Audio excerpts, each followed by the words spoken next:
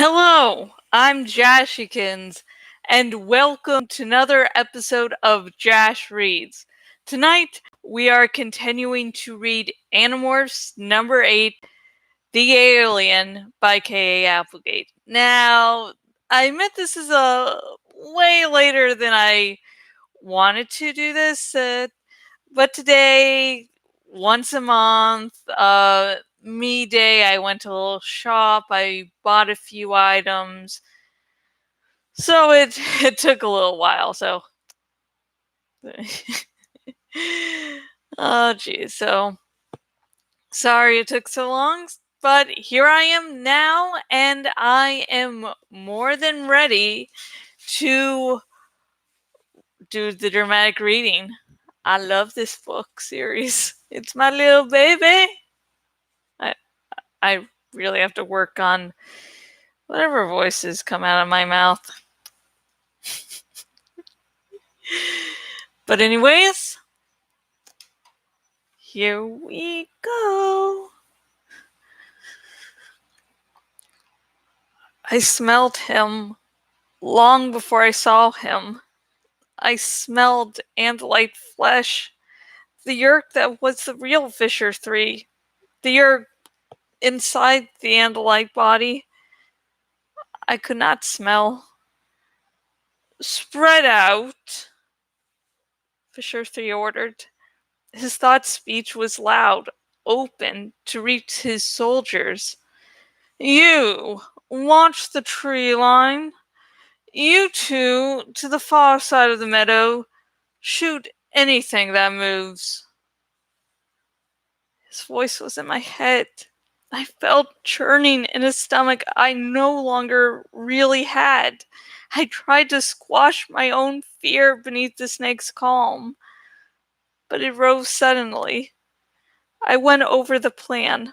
Strike, escape, demorph, go back for the kill.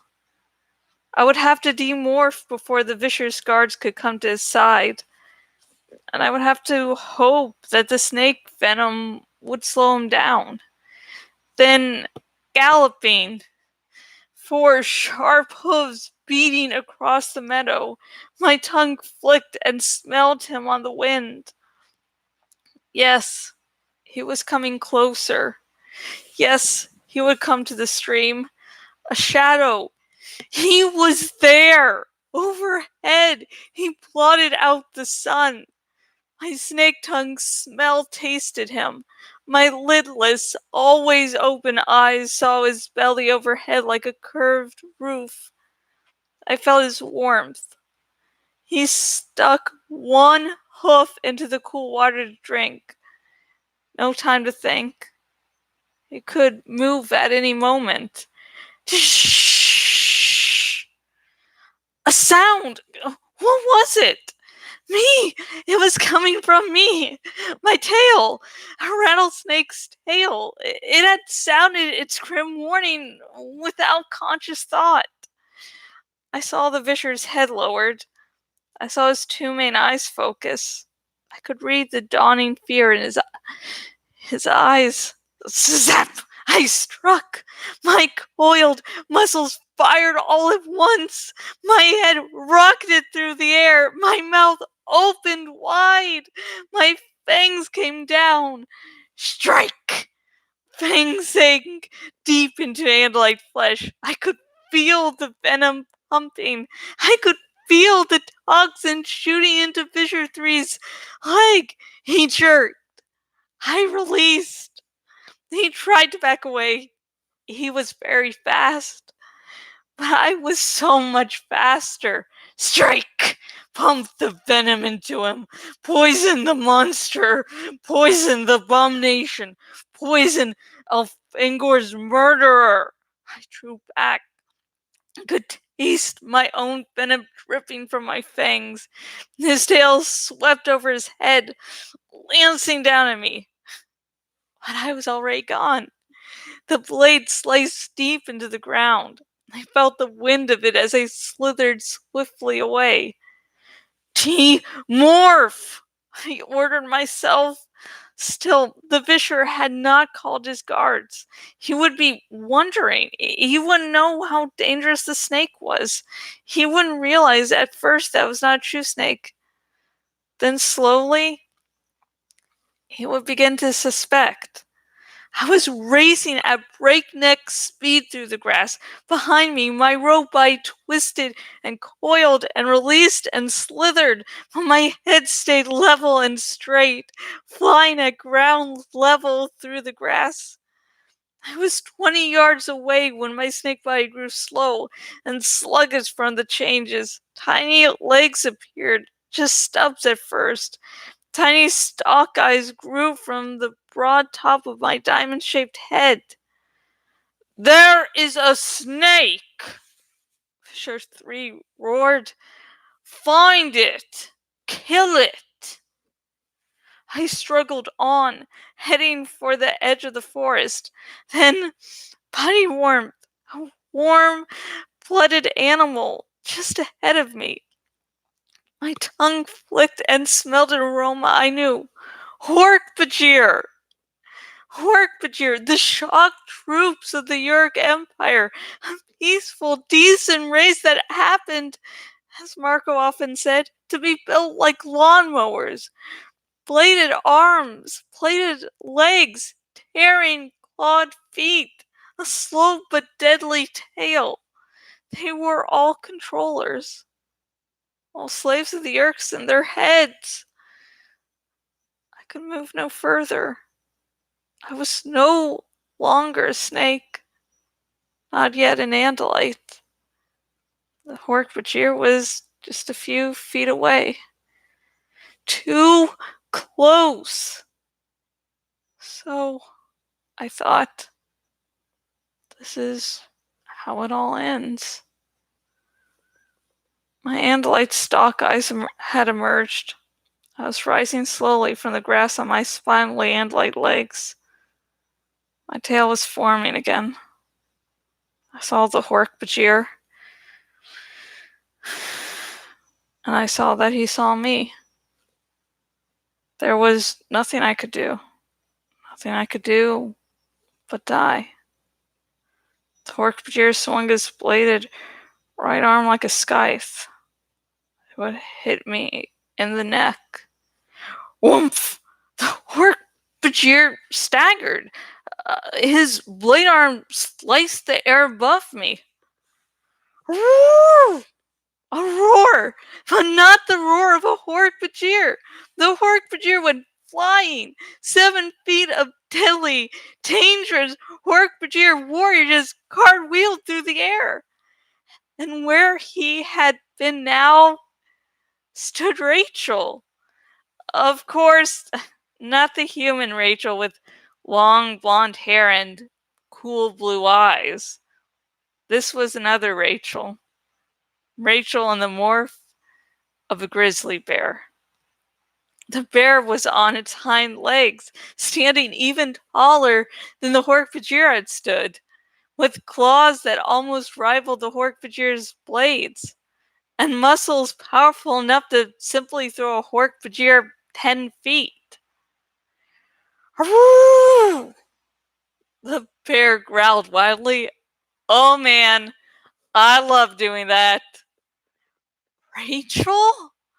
I asked wonderingly. "No," she said, in that human tone that means sarcasm. "It's Smokey the Bear. Finish morphing, you Andalite idiot. Then let's go kick some Yerk butt." I was almost fully Andalite again. I swept the meadow quickly with my stalk eyes. Visser Three was in the middle of the field. 2 Hork-Bajir were rushing to his side, pounding through the grass. Across the meadow at the far end, a 3rd Hork-Bajir looked around wildly, with his Dracon beam at the ready. He looked in every direction but up. From the tree above him, something that seemed almost liquid, something orange and black, dropped, claws outstretched. Prince Jake! And in the sky overhead, A hawk wheeled in low circles above the field. Two Hork-Bajir guarding the bug fighters, Tobias announced. One Hork-Bajir in the... Oh, never mind. Cassie and Marco just took him down. Visser Three and two Hork-Bajir in the center of the meadow. Come on, Rachel said to me. Let's go have a nice talk with Visser Three. He's my responsibility, I said to Rachel. I have an obligation of honor. Uh-huh. He's all yours. Tobias swooped past, skimming just above the grass, rocketing toward Visser Three. You told them, Tobias, I accused him. Yeah, I sure did. I got the idea from you. You're the one who said you had to obey your prince. Well, I guess Jake is my prince, too. He ordered me to tell him. How did you know where I was going? I asked. I never told you. Please. That controller, Eslin, whatever. He wrote it down, Axeman. You forget. I have hawk's eyes.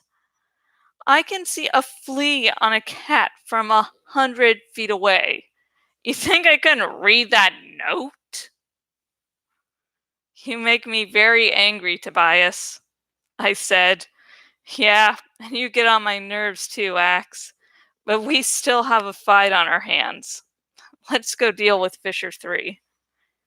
We raced toward the Visser and his guards. Rachel, a huge rolling brown tidal wave, and me. Above us, Tobias flew. Just as we drew close, I saw Visser Three stagger. The toxin, the venom, it was working. Visser Three buckled and fell to the ground. The two Hork-Bajir quailed. They saw Rachel barreling through the tall grass. They saw Prince Jake, a striped demon, coming from the other side. They saw Marco in gorilla morph and Cassie, an eager wolf, teeth bared. Hang on a second. Okay. Tobias had reached the Visser. He soared past him and up, up, up into the air, beating frantically. Worst of all, they saw an Andalite, the enemy they feared most. Your Visser is finished, I called to them. You can die with him, or you can run. The Hork-Bajir controllers made their decision quickly. Hork-Bajir can be very fast once they decide to run. The Visser was down, alone, helpless as we came to a stop in a circle around him. He was as helpless as Elfangor had been at the end. I looked up. Why was Tobias... No way! Tobias cried. He drew back his wings and dived at full speed. He plummeted toward the earth at racing speed, killing speed. His talons came forward. It looked as if he would hit the ground. Then, no, no, no!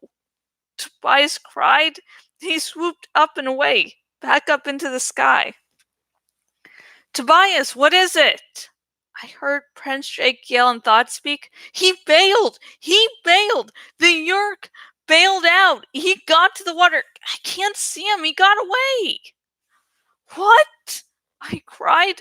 What happened? He's out! Visser Three! He's out! I saw him worming his way through the grass. It took several seconds for my brain to comprehend. I couldn't make sense of it. It was impossible to believe. He left his body? I asked. Visser Three left his host? He crawled right out of the Andalite head and slithered into the water. Tobias confirmed. There's a fast current. I can't see beneath the surface of the water that well. I can't see him. I looked down at the creature I thought of as Visser Three. But of course, the real Visser was a gray slug, a yerk. This body was the body of an Andalite. Visser was gone. Escaped. The Andalite was breathing, but seemed unable to move. He looked up at me with his main eyes. I had faced Visser Three before. I had felt the evil force that flows from him. That evil was gone now. This was only an Andalite. The yerk was gone. Kill me! The Andalite managed to gasp. Kill me before he takes me over again. Please, please kill me. I felt my heart stop. It was more than I could stand. After years of being controlled by Visser Three, the mind of the Andalite host was still alive, still aware. I may have already killed you, my friend, I said. The snake. No, you don't understand. Visser Three. He has backup forces ready. He'll be here in minutes. Half a dozen bug fighters. They'll keep this body alive. Your poison is too slow. But you're an Andalite. I can't kill you. I said desperately. I can't. He'll take me again, the Andalite said, begging. The Yerks will find him and bring me to him again. Please, I can't live that way. Please. The things I've seen, you don't understand. It's horrible. He tried to raise his own ant-like tail. He tried to bring the blade to his throat, but the venom had weakened him. His tail fell limp. I understand, he said at last, with sadness so deep it burned me to hear. Listen, my name is... What is my name? It's been so long. And the venom, yes, that's it. My name is Alran Scimitar Koras. I was once a war prince. Someday, if you survive, I have a wife. I have 2 children. Someday, tell them I still hope. Tell them that I still have love for them. Yes, War Prince Alran. I will tell them. Do you have any other orders for me? He reached up with one weakened hand. I took his hand in mine. Fight them. They are stronger than you think. They have infiltrated They are on the home world. Fight. His fingers were limp. He fell silent, unconscious. I set his hand down by his side. I knew that the next time I saw this face, it would once more be the face of my enemy, the abomination, Visser Three.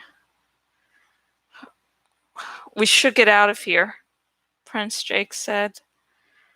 Come on, Axe, Tobias said. There will be another time. And that's that lovely chapter. Just not going to give you any spoilers, but Alran is probably one of my favorite characters in the series that isn't, one of the main Animorphs. I really love him, and I can't really talk. And one of the things I love about him is his character arc he goes through. And I can't talk about his character arc until sometime after book 8 in the series. Because, yeah, he's a complicated character. I'm just going to say that. I'm not expecting everyone to love him like I do.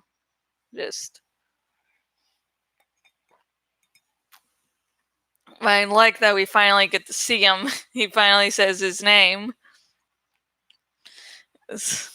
And I do like that even after Axe has just left the group, since he won't be truthful. And yet the group comes to rescue him. It's really great there. I think finally, the group came to a consensus that they weren't going to let him die. Like, they did have their disagreements with him, but it's not worth having him die over. And if you're wondering about, oh no, Yerk's on the homeworld, just going to bring you down easy. When you're doing a long series like this, sometimes there's going to be plot lines that fall out. There's a few other instances in the series that continues this plot line, but ultimately it was dropped. So I'm just going to let you down easy now until, so you don't go for a while thinking, hey, I wonder how this storyline is going to end. It is brought up a few other times, so there'll be a few other times in the series where you're like, oh my gosh, we're back to this storyline. So yeah, just want to warn you. So when this was most likely planned, it was most likely, hey, look, there's this plot line that Alran's aware of. But I'm going to my personal headcanon, you are free to borrow it, is that the venom is messing up Alran's mind, so he's thinking of a plot that doesn't actually exist. So yeah. So my question for you was, if you had the Visser dying at your feet, not the Visser, but the Visser's host body, if you had Alran right there at your feet and you could kill him, would you or would you not? And would it also, a secondary question to the main question, would it be done out of mercy or out of a sense of necessity? Please comment down below.